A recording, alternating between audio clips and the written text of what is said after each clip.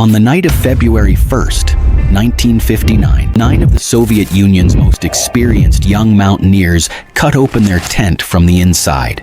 They had knives. They used them to slash through the canvas, not from the outside to get in, from the inside to get out. The temperature was minus 30 degrees Celsius. A blizzard was raging across the northern Ural Mountains. And yet, one by one, these 9 people crawled out of their tent and walked away from it, barefoot, in their underwear, into the dark. They left behind food. They left behind warm clothes. They left behind boots. Everything they needed to survive, they left it all behind. None of them made it through the night. The Soviet government investigated for 3 months, then closed the case. Their official conclusion?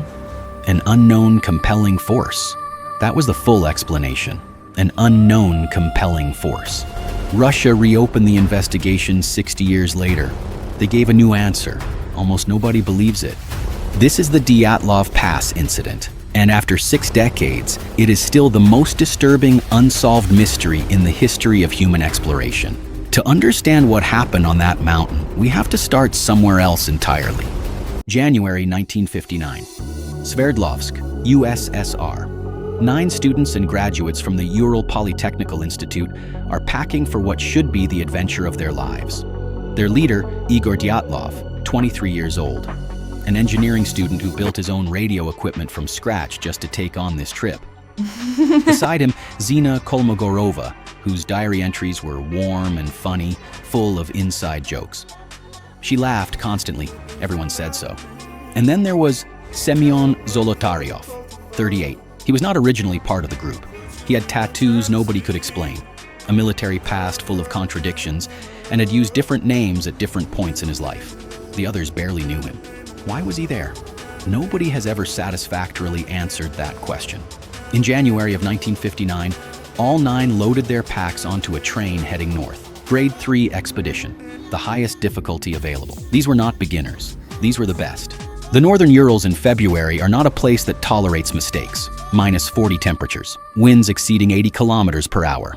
No roads, no villages, no rescue within reach. Their destination was a mountain the local Mansi people called Kholat Shachal. It translates, roughly, as the Mountain of the Dead. The Mansi had avoided it for generations, not for any single recorded event, just a deep cultural avoidance passed down through centuries. The hikers knew this. Their diaries mention it almost as a joke. They went anyway. On January 28th, one member, Yuri Yudin, fell ill and turned back. He would spend the rest of his life trying to understand what happened to the friends he left behind. He died in 2013, still without answers.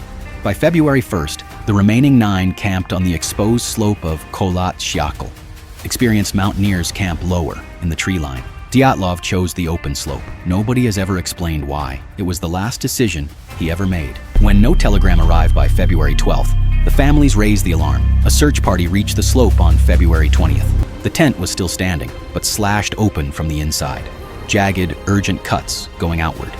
Inside, food untouched. Warm jackets, boots, all left behind. No blood, no intruder. Whatever they were running from had not entered the tent. The footprints in the snow told the next part of the story. 9 sets, leading toward the tree line, 1.5 kilometers away.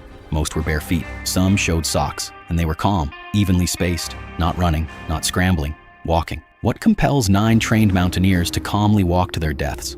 At the tree line, 2 bodies in underwear, severe hypothermia. On the slope between tent and tree line, 3 more, including Dyatlov himself, frozen mid-crawl toward the tent. Zina, who laughed constantly, was found 630 meters from the tent. The final 4 were not found until May, 4 meters under the snow, in a deliberately constructed shelter.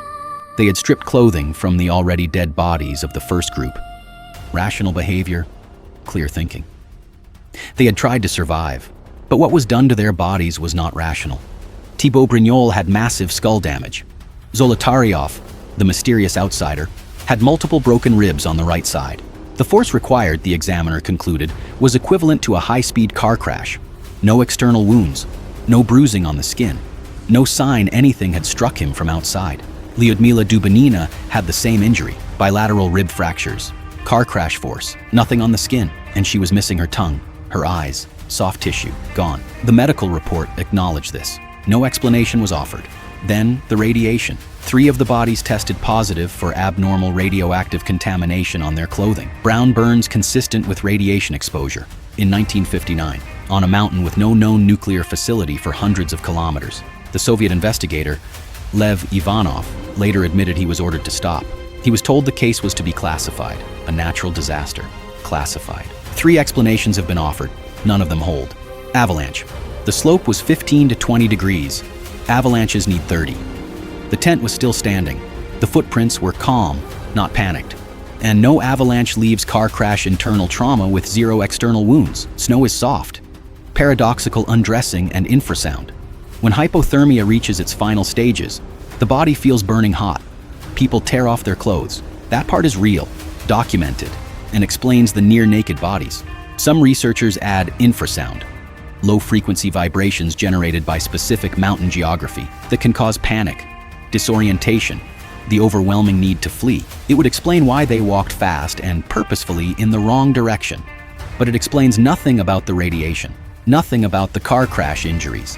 And it does not explain why the Soviet government classified a weather phenomenon for 31 years. Military weapons testing. The northern Urals in the 1950s were not as empty as civilian maps suggested. Soviet military test corridors ran through the region. Parachute mines, experimental munitions that detonate above ground and produce a pressure wave, would be consistent with the internal injuries. A shock wave moves through the body, crushing bones and organs without breaking skin. It would explain the orange spheres witnesses reported in the sky that night. It would explain the radiation, and it would explain everything about the cover-up. A military test that killed 9 civilians is not something any state admits to. Ivanov, the original investigator, referenced this obliquely in 1990. He did not name it. He said only that the answers were not natural, and that the answers had not been available to him. In 2019, Russia officially reopened the case. New experts, new forensic techniques. The conclusion: a small-scale slab avalanche combined with extreme weather.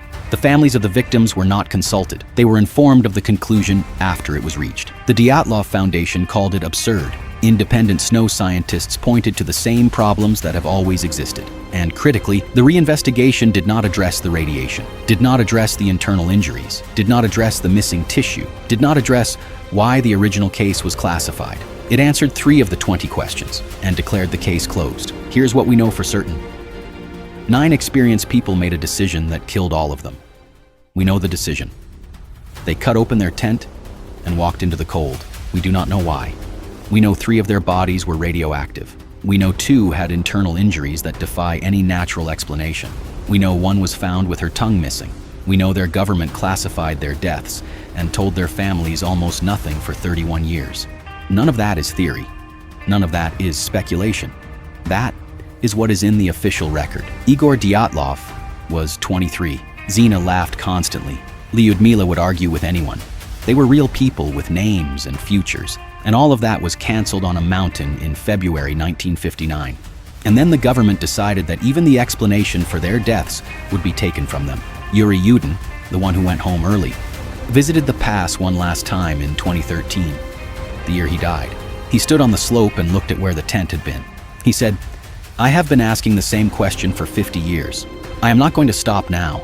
I am just running out of time." He died without the answer. The case was officially solved in 2019, but the question nobody can answer isn't what killed them. It's why, after 60 years, Russia still won't show us everything it knows.